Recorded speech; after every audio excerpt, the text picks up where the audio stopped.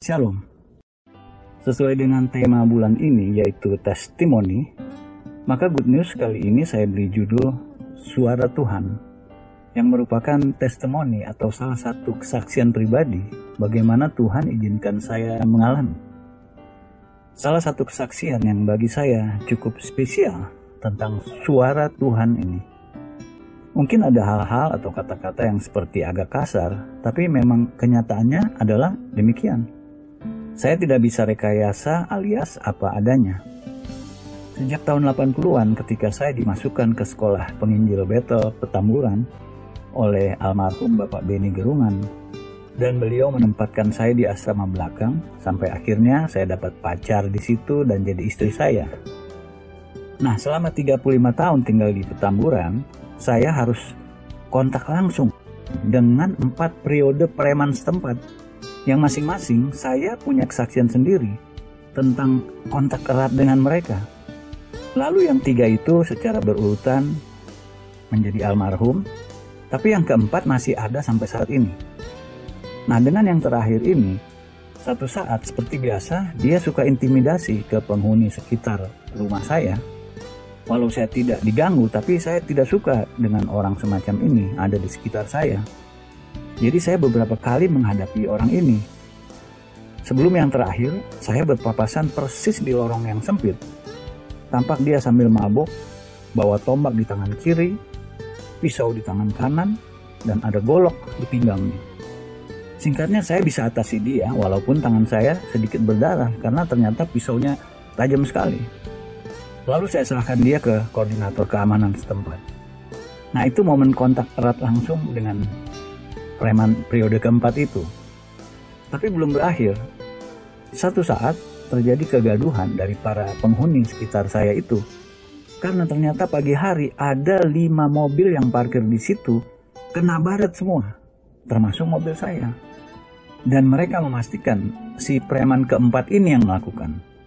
Saat mereka sedang membicarakan kejadian itu, saya tinggalkan mereka, lalu saya kembali ke kamar. Tapi niat saya langsung bahwa saya akan main hakim sendiri, yaitu saya berencana dengan hati yang gemas bahwa nanti kalau berpapasan lagi, saya akan ringkus dia, saya ikat dia, masukin ke bagasi mobil, lalu saya bawa dan serahkan ke Polda. Tekad ini sudah matang sekali dalam pikiran saya. Lalu saya sambil merapikan kamar dengan hati yang gemas dan menggebu untuk segera melaksanakan niat ini. Tapi tiba-tiba Tuhan dengan jelas berbicara di hati saya. Begini kalimatnya, "Orang yang seperti itulah yang harus kamu kasihi. Kalau kamu mengasihi orang-orang di gereja saja, itu hal yang biasa. Tapi kasihilah orang yang seperti dia, karena dia belum pernah merasakan kasih dalam hidupnya." Langsung saudara, selesai kalimat itu, saya menangis terseduh-seduh. Dan saya minta ampun sama Tuhan. Oh baik Tuhan, saya akan mengasihi dia. Cukup lama saya menangis, karena ternyata niat saya itu bertentangan sekali dengan suara Tuhan. Dan saya langsung menyesal dengan niat saya itu, karena saya dengar suara Tuhan itu. Singkatnya, betul saya kembali berpapasan dengan dia. Lalu saya ajak dia ke rumah saya. Saya persilahkan duduk. Saya nasihati dia. Lalu saya ajak dia berdoa.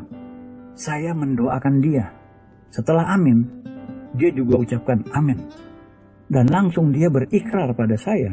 Dia katakan, 1 lembar rambut situ nyawa saya, jaminannya. Sampai 2 kali dia ucapkan. Singkatnya lagi, luar biasa Tuhan.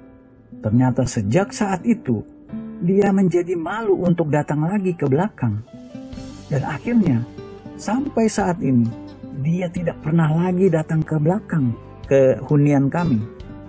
Kalau dulu setidaknya 1 minggu atau 2 minggu sekali, dia ngompas ke belakang. Tapi setelah saya doakan, dia berubah. Haleluya. Itu karena suara Tuhan kepada saya, dan saya doakan dia. Tuhan yang rubah dia karena doa. Suara Tuhan itu persis seperti yang Yesus ajarkan dalam Matius 5 ayat 44-48. Tetapi aku berkata kepadamu, kasihilah musuhmu, dan berdoalah bagi mereka yang menganiaya kamu. Karena dengan demikian, kamu menjadi anak-anak Bapamu yang di surga, yang menerbitkan matahari bagi orang yang jahat dan orang yang baik, dan menurunkan hujan bagi orang yang benar dan orang yang tidak benar. Apabila kamu mengasihi orang yang mengasihi kamu, apakah upahmu? Bukankah pemungut cukai juga berbuat demikian? Dan apabila kamu hanya memberi salam kepada saudara-saudaramu saja, apakah lebihnya daripada perbuatan orang lain?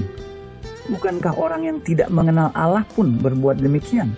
Karena itu, haruslah kamu sempurna, sama seperti Bapamu yang di surga adalah sempurna. Amin.